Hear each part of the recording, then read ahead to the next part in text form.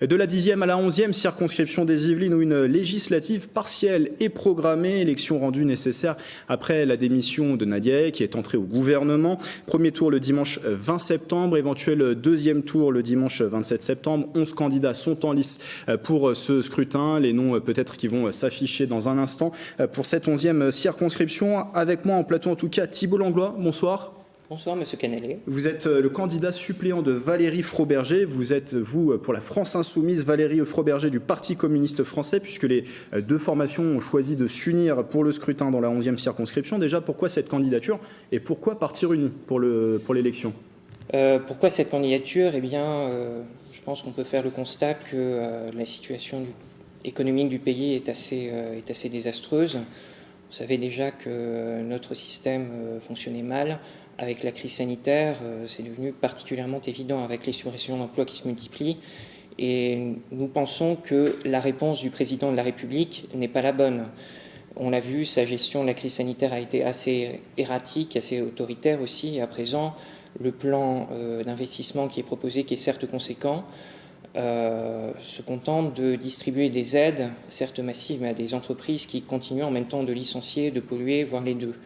Donc, on aura l'occasion d'en reparler juste après. Et pourquoi partir unis dans cette élection avec le Parti communiste ? France Insoumise et le Parti communiste français, nous avons à cœur tous les deux de défendre l'humain d'abord, de véritablement investir dans la vie des gens, dans le social, dans l'écologie, proposer une véritable alternative à la présidence Macron.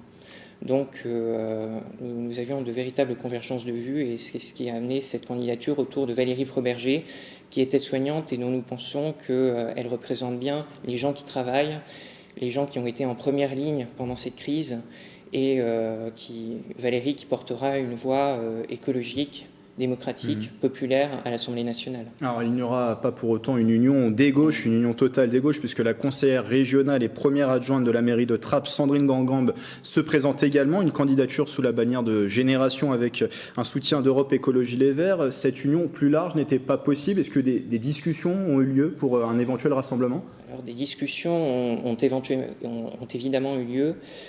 Cependant, nous avons appris la déclaration de candidature de Sandrine Gangambe alors que celle-ci était toujours en cours. Nous avons appris par voie de presse. Donc, nous en avons pris acte. Voilà pour le fond, pour la forme. Et pour le fond, c'est vrai qu'il y avait certaines inconnues sur la candidature de Madame Gangambe. Par exemple, le groupe qu'elle rejoindrait à l'Assemblée nationale, les positions qu'elle allait défendre.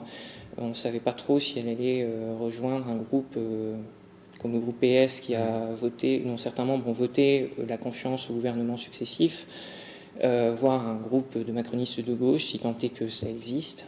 Est-ce que la porte est totalement fermée ou une éventuelle qualification au second tour pourrait amener à rediscuter à nouveau ? Ma foi, on verra en fonction de l'état du rapport de force, mais je pense vraiment que nous avons des chances d'aller au second tour et de représenter de représenter véritablement la force de l'opposition populaire. Alors parlons de vos idées, celles que vous avez envie de porter à l'Assemblée nationale. Vous parliez tout à l'heure de ce plan de relance de 100 milliards d'euros qui a été annoncé par le gouvernement. 35 milliards d'euros seront dédiés aux entreprises et les TPE et PME, ça a été annoncé, vont avoir des impôts réduits. Ça, c'est pas suffisant ou il fallait aller plus loin selon vous ?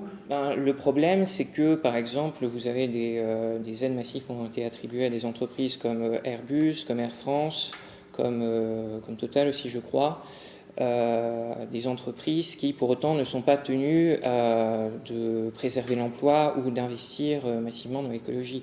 C'est vraiment des aides qui sont distribuées sans préparation, sans véritable planification. D'ailleurs, cette nomination de François Bayrou au poste de commissaire est... de commissaire au plan de commissaire au plan est assez...